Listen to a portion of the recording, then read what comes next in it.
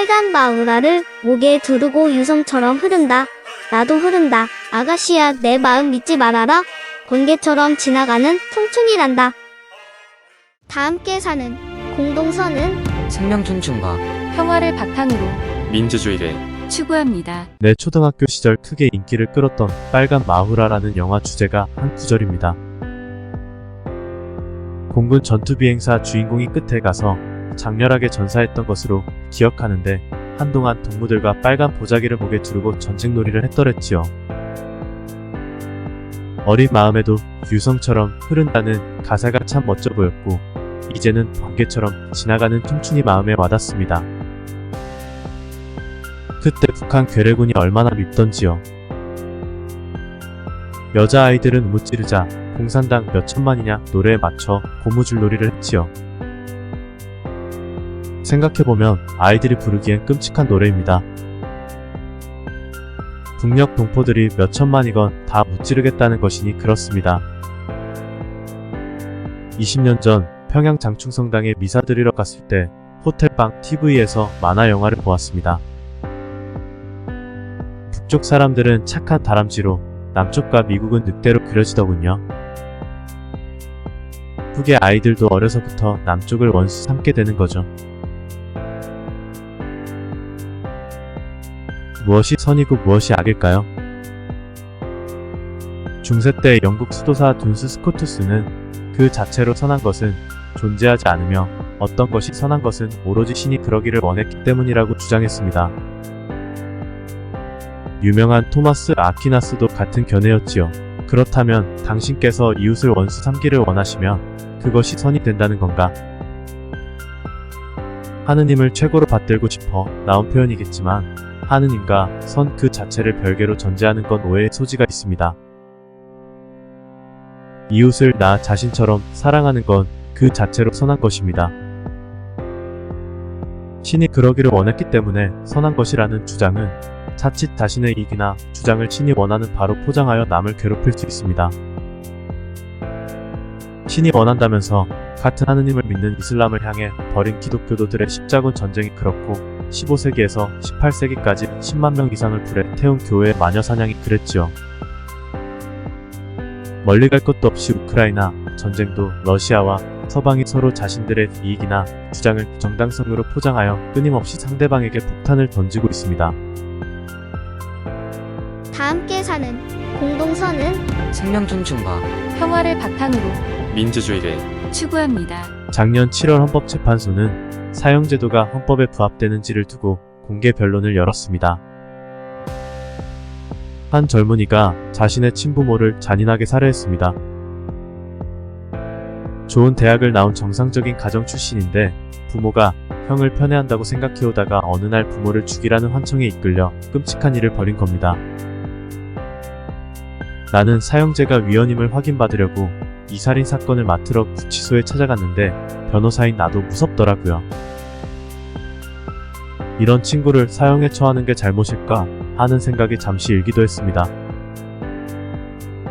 하지만 헌법 제10조는 모든 국민은 인간으로서의 존엄과 가치를 가진다고 분명히 밝히고 있습니다. 저 무서운 친구가 아무리 인간으로서는 할 수 없는 일을 벌였다 해도 그럼에도 불구하고 인간으로서 존엄하다는 겁니다. 이건 예수님 말씀이 헌법에 씌어 있는 겁니다. 내 이웃을 사랑해야 한다. 그리고 원수를 미워해야 한다고 너희는 들었다. 그러나 나는 너희에게 말한다. 너희는 원수를 사랑하여라. 그분께서는 악인에게나 선인에게나 당신의 해가 떠오르게 하시고 의로운 이에게나 불의한 이에게나 비를 내려주신다. 존재 있음 없지 않고 있음 이것을 두고 동서고금의 여러 스승들이 주신 가르침은 표현 방법은 문화적 역사적 맥락에 따라 달랐지만 근본은 똑같습니다. 있지도 않고 없지도 않고 있기도 하고 없기도 한 존재를 넘어선 당신으로부터 이 무수한 있음, 개체, 존재들이 떨어져 나온 순간부터 이 존재들은 불완전합니다. 유한성이라는 굴레에 갇혀있고 어리석으며 자기중심적입니다. 존재의 숙명입니다.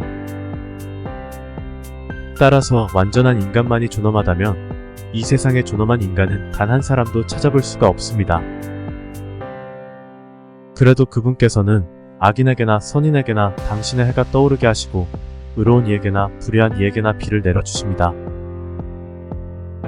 그러니 우리도 모든 존재들을 존엄하게 대하라는 것입니다. 나는 사형제 공개 변론에서 이렇게 물었습니다.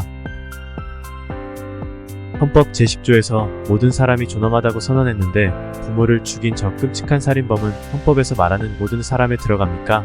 안 들어갑니까? 그러니 재판관들의 개인적 소신이 어떠하든지 헌법의 답은 이미 정해져 있노라고. 인간의 존엄을 해치는 사형제는 명백히 헌법에 반하는 것이라고 재판관들에게 호소가 아닌 선포를 했습니다. 10여 년 전 저 남쪽 끝 보성 앞바다에서 젊은 남녀 4명을 죽인 70대 노인살인 사건에서도 사형제가 심판대에 오른 적이 있습니다. 그때도 나는 저 노인이 헌법에 존엄하다고 씌어있는데 어쩔 거냐고 열심히 변론했지만 헌법재판소는 5대4로 사형제가 합헌이라 결정했지요. 나는 이번 재판에서 노르웨이 국민들이 총기 난사 사건에 대처한 예를 들며 변론을 마쳤습니다.